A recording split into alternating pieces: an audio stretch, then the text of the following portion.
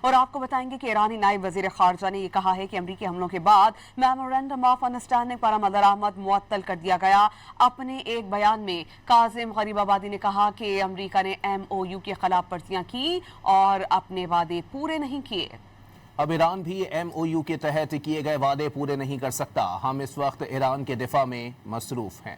ایرانی نائب وزیر خارجہ نے کہا ہے کہ امریکی حملوں کے بعد MOU پر عمل درآمد معطل کر دیا گیا ہے۔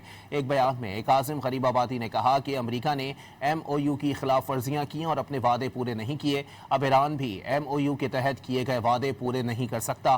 ہم اس وقت ایران کے دفاع میں مصروف ہیں۔